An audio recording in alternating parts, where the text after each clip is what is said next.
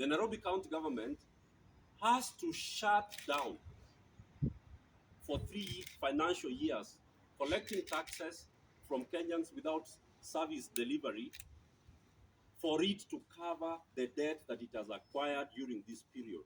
In simple terms, the Nairobi County government is insolvent because the looting has been legendary. If indeed the governor and the MCAs who are in charge of oversight prudently spent approximately 160 billion that they have spent since SAKAJA came to office, Nairobians would have received the best facilities and services. Because 116 billion, 160.1 billion is a lot of money. Based on these brief findings, we conclude that more than 3/4, which is 120 billion, have been defrauded, and hence the need for a fraud examination and a fraud audit. So we have already commissioned the audit, and we are working with the Office of the Auditor General. That is what we are saying, that the fraud audit is what we require to sue for recovery of the billions SAKAJA's administration has looted since September 2022. We are told that he has shared a substantial amount of this money with the ODM and the UDA leadership, which is why they have moved speedily to save him from the impeachment. We shall work with the Office of the Auditor General in doing this fraud audit, and we have already opened good offices at the Office of the Auditor General to facilitate the fraud examination. We call upon Nairobians in all the 85 wards to take their Nairobi back from the abductors, the looters, and the lunatics, because these people are not sane. How shall they do that? In all the 85 wards, identify alternative, progressive, and principled women and men, especially young leaders, and that's why Wakili Kidi is here to represent the Interparties Forum, so that we can identify principled and clean young men and women, and even older ones who are principled and ethical, to elect them as MCAs in 2027.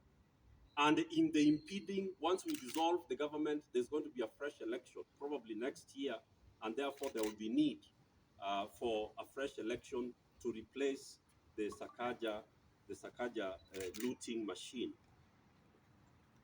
And these individuals that we are going to identify in the 85 wards, we are calling upon them to support the dissolution signature collection exercise so that we can end this menace that has come to be associated with the SAKAJA looting machine.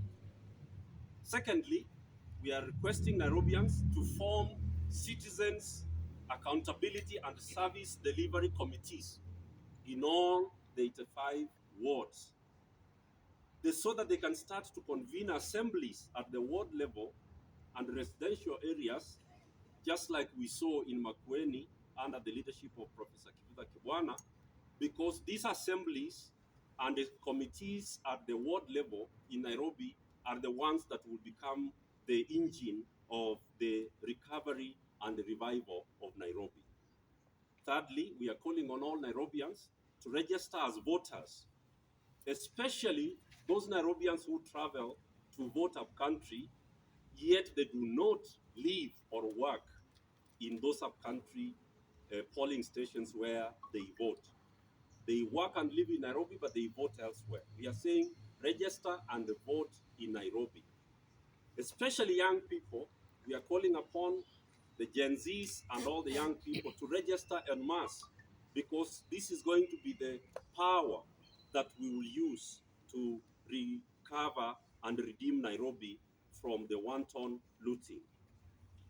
We also call on Kenyans to reject all the efforts by President Ruto and the Honorable Raila to amend our constitution before the 2027 general election.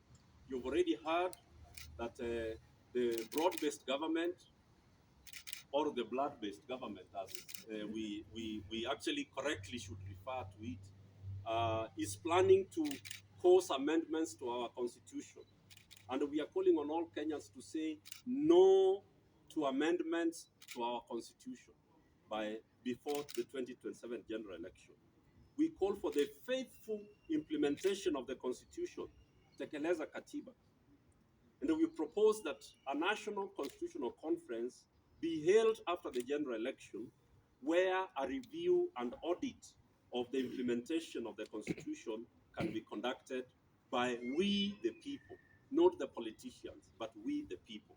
Finally, we call upon all Kenyans who value our democracy, our development, and our devolution to reject UDA and ODM and everyone who is in the blood-based government in the 2027 general election across Nairobi and nationally, because these are the enemies of our people and the enemies of Nairobi, as we have just witnessed. And Wakili, allow me to say one thing, that since last year, when the Gen Zs were slaughtered, murdered, and assassinated in large numbers, and then they formed the basis of this merger and the handshake and the blood-based government, we have seen that actually ODM has now become the cover for UDA to kill, murder, and loot with impunity. With impunity. And we want Kenyans to take these two political parties and their leadership to account for the heinous crimes that they have committed against the people of Kenya. Thank you very much. We beg to pause there, and then Wakili will help us so that we can be able to field